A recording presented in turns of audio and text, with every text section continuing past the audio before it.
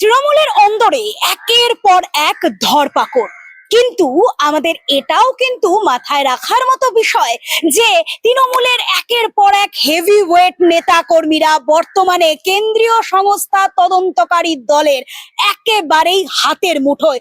প্রতিটা দিন, প্রতিটা সময়, প্রতিটা অন্দরে একটাই কথা চলছে যে তৃণমূলের প্রতিটি হেভি ওয়েট নেতা কর্মীরা এখন কেন্দ্রীয় তদন্তকারী সংস্থার সমন হাতে। একেবারেই তার সাথে সাথে যেটা এখন বর্তমানে লক্ষ্যপাত করার মতো বিষয়, সেটা হলো শওকত মোল্লা, ভাঙড়ের প্রাক্তন বিধায়ক শওকত মোল্লার বৃহস্পতিবার ভোর বেলায় একেবারে ভোর 6টা নাগাদ ভাঙড়ের প্রাক্তন বিধায়ক শওকত মোল্লার বাড়ির নিচে দেখা গেল কাদের? এনআইএ এর তদন্তকারী সংস্থা, অর্থাৎ কেন্দ্রীয় তদন্তকারী সংস্থা এনআইএ এর দল গিয়ে পৌঁছালো সোজাসুজি একেবারে সমন নিয়ে ভাঙড়ের প্রাক্তন বিধায়ক শওকত মোল্লার কাছে। ভোটের আগে ভাঙড়ের দক্ষিণ বামুনিয়া এলাকায় বোমা বিস্ফোরণের তদন্তে তৃণমূল নেতা শওকত মোল্লার বাড়িতে 7 সকালে পৌঁছালো জাতীয় তদন্তকারী সংস্থা। বৃহস্পতিবার ভোর 6টা নাগাদ তার মৌখালীর বাড়িতে পৌঁছান এনআইএ অধিকারিকরা। তবে তদন্তে আসার পর তাকে খুঁজে না পেয়ে দলীয় কার্যালয়ে খোঁজ চালানো হয়। সূত্রের খবর, এদিন ভোরে শওকতের বাড়িতে পৌঁছানোর পর এনআইএ অধিকারিকরা দেখতে পান তালা ঝুলছে। এরপরই শুরু ধরপাকড়।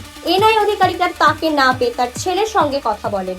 এরপর তাকে গাড়িতে করে নিয়ে বেরিয়ে যায় এনআইএ এর অধিকারিকরা। ছিলাম না, ডক্টরের কাছে গেছিলাম।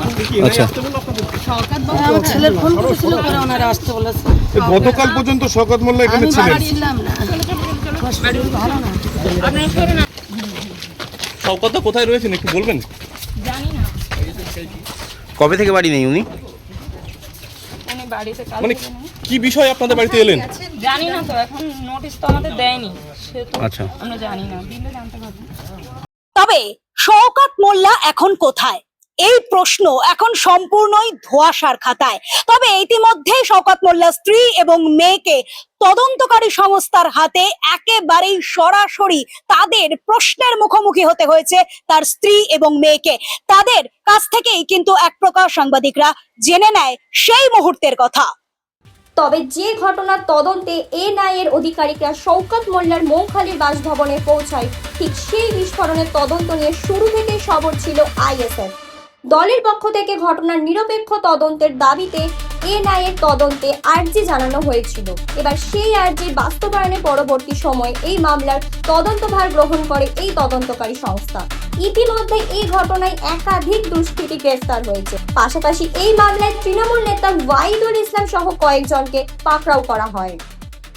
তদন্তকারী সংস্থার কিন্তু দাবি যে কি কারণে, যখন প্রশ্ন ওঠে যে এনআইএ এর দল কি কারণে এসে পৌঁছালো শওকত মোল্লার বাড়িতে, তখনই তদন্তকারী সংস্থা যে দাবি জানালো সেটা হলো ভোটের আগে কিন্তু এলাকায় বোমা মজুত রাখা হয়েছিল বলেই সন্দেহ রয়েছে। পাশাপাশি সেই সন্দেহের দিকে তীর ফেলেই, অর্থাৎ সেই সন্দেহের তদন্তের শিকার হয়ে, অর্থাৎ তদন্ত সেই দিকেই এগিয়ে নিয়ে গিয়ে কিন্তু সেই এনআইএ এর দল এসে আজকে অর্থাৎ বৃহস্পতিবার কিন্তু হাজির হলো শওকত মোল্লার বাড়ির নিচে।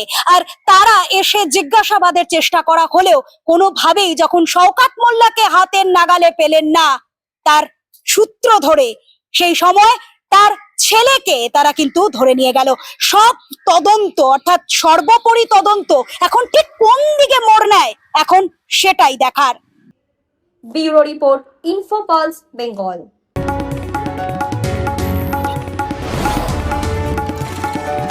আপনারা দেখছেন ইনফো পালস বেঙ্গল, সত্যের স্পন্দন, বাংলার কণ্ঠ।